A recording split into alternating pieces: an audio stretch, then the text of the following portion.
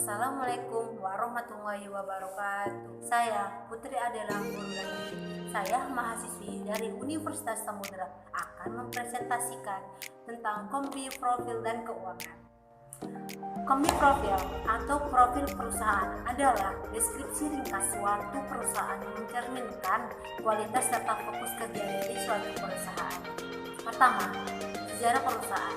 Bagi usaha perusahaan, berisi informasi mengenai latar belakang berdirinya perusahaan tersebut, mencakup kapan berdirinya perusahaan, siapa pendiri, dan jajaran direksi yang terlibat dalamnya dan bagaimana berkembangnya perusahaan hingga sampai sekarang. Kedua, visi dan misi. Visi merupakan cita-cita yang ingin dicapai oleh suatu perusahaan dalam periode tertentu yang ingin menjadi perusahaan yang seperti apa. Misi merupakan cara-cara yang digunakan usaha dalam mencapai visi usaha, how to be. Misi dapat berupa pertanyaan, kalimat, atau kata yang dikatakan pelaku usaha untuk bekerja sesuai misi dalam mencapai tujuan bersama perusahaan. Mengenai jajaran direksi, staf, atau jumlah karyawan yang ikut andil dalam berkelangsungan perusahaan serta mempunyai peran untuk bertanggung jawab yang berbeda-beda guna memenuhi kebutuhan perusahaan. Yang keempat, data keuangan. Laporan keuangan perusahaan bisa dimasukkan ke dalam isi kombi profil perusahaan guna memperoleh gambar secara singkat bagaimana perusahaan itu berkembang dari tahun ke tahun. Termasuk juga di dalamnya mencakup aset perusahaan, keuntungan dan pendapatan per tahun perusahaan. Data ini bisa disampaikan pada kombi profil perusahaan yang berkaitan dengan jasa keuangan dan perbankan. Yang kelima, kontak. Penting dalam mencantumkan media yang dapat dihubungi oleh calon pelanggan seperti nomor yang bisa dihubungi, alamat, email, atau alamat kontak yang bisa didatangi. Minat tidaknya calon pelanggan kepada produk atau jasa yang ditawarkan bisa diukur dengan cara seseorang pelanggan menghubungi perusahaan tersebut. Yang keenam, presentasi. Dalam perusahaan yang dibangun pastinya memberikan manfaat untuk kepentingan publik. Maka perlu juga mencantumkan keunggulan perusahaan guna meningkatkan kepercayaan dari masyarakat khususnya calon pelanggan.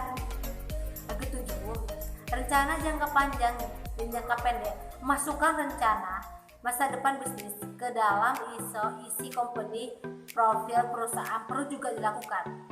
Isi bisa mencakup rencana ekspansi dalam hal lokasi perusahaan atau inovasi dalam produk atau jasa yang ditawarkan dalam waktu dekat. Isi company profil perusahaan merupakan sesuatu yang penting karena merupakan salah satu media informasi guna meningkatkan kesadaran dan untuk mengenal lebih dalam perusahaan bagi calon pelanggan. Baik, saya akan melanjutkan tentang keuangan. Siapa tidak tahu mengenal istilah keuangan? Istilah ini sering digunakan bahkan di dalam ruang kerja atau sehari-hari. Yang pertama, pengertian keuangan. Menurut Kamus Besar Bahasa Indonesia, keuangan adalah segala sesuatu yang berkaitan dengan uang, urusan uang atau keadaan uang.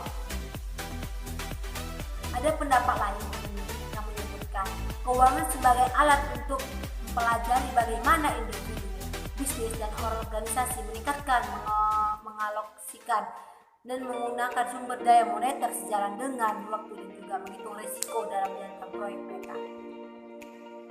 Pendapatan keuangan yang terakhir dapat dari Ridwan dan Inge tahun 2003 mengemukakan bahwa keuangan merupakan ilmu dan studi dalam mengelola uang yang mempengaruhi kehidupan setiap orang dan setiap organisasi.